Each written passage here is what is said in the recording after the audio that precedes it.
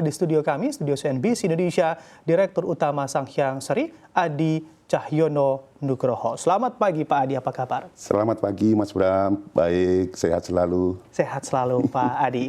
Pak Adi mengamati begitu ya, memang kita amati secara pernyataan nasionalis dari Presiden kita, Presiden Prabowo Subianto, ini memang menjadi tahun pangan begitu bisa dikatakan begitu ya, bahwa memang ambisi untuk swasembada pangan sangat terasa sekali akhir-akhir ini.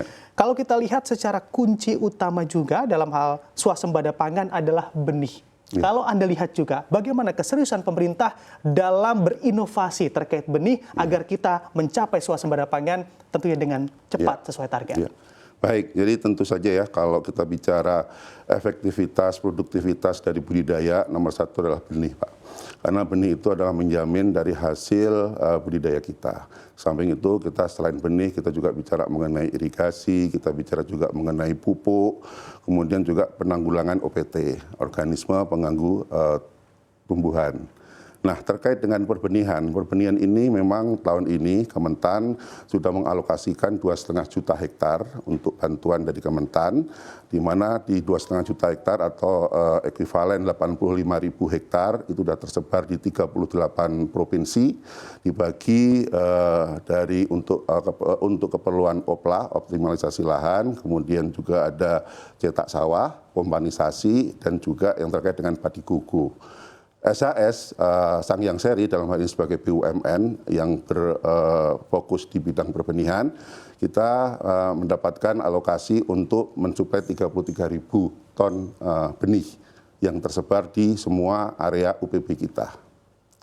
Oke, baik. Lalu juga kami menyoroti juga terkait bagaimana langkah Sanghyang Seri dalam hal ini untuk meningkatkan keterjangkauan para petani untuk mendapatkan benih yang juga unggul di sana, Pak Adi. Ya. Jadi PT SAS itu melakukan transformasi, Mas Bram. Jadi kalau kita lihat PT SAS sebelumnya kita tahu bahwa SAS banyak hal yang mesti harus kita perbaiki.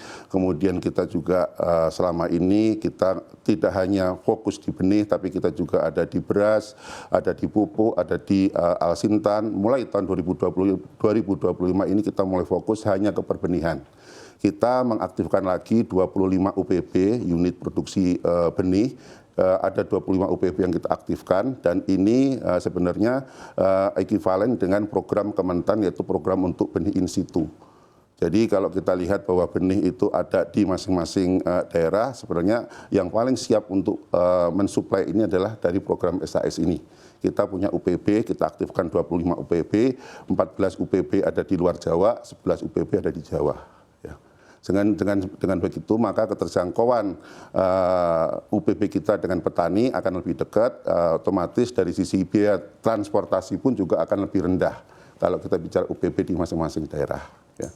Samping itu juga kita selama ini juga sudah mensuplai e-katalog Kementan, termasuk penyaluran ke daerah-daerah terpencil, dan juga ke depan, dan juga sekarang ini pun juga kita sudah ada toko tani yang support kita, yang untuk mensuplai free market. Jadi gini, kalau kita bicara benih itu ada dua, jadi ada free market dan juga ada e-katalog atau government market. Nah, kita dua-duanya ada di situ, plus ke depan kita pun juga ada rencana kita untuk kita provide benih terhadap para produsen swasta. Dalam hal ini kita akan provide foundation seed atau benih label putih, yang itu bisa dipakai untuk ditanam lagi para produsen swasta untuk bisa dikembangkan menjadi benih sebar. Karena kita di SAS ini punya lahan 3.200 hektar yang kita akan dedikasikan khusus untuk benih.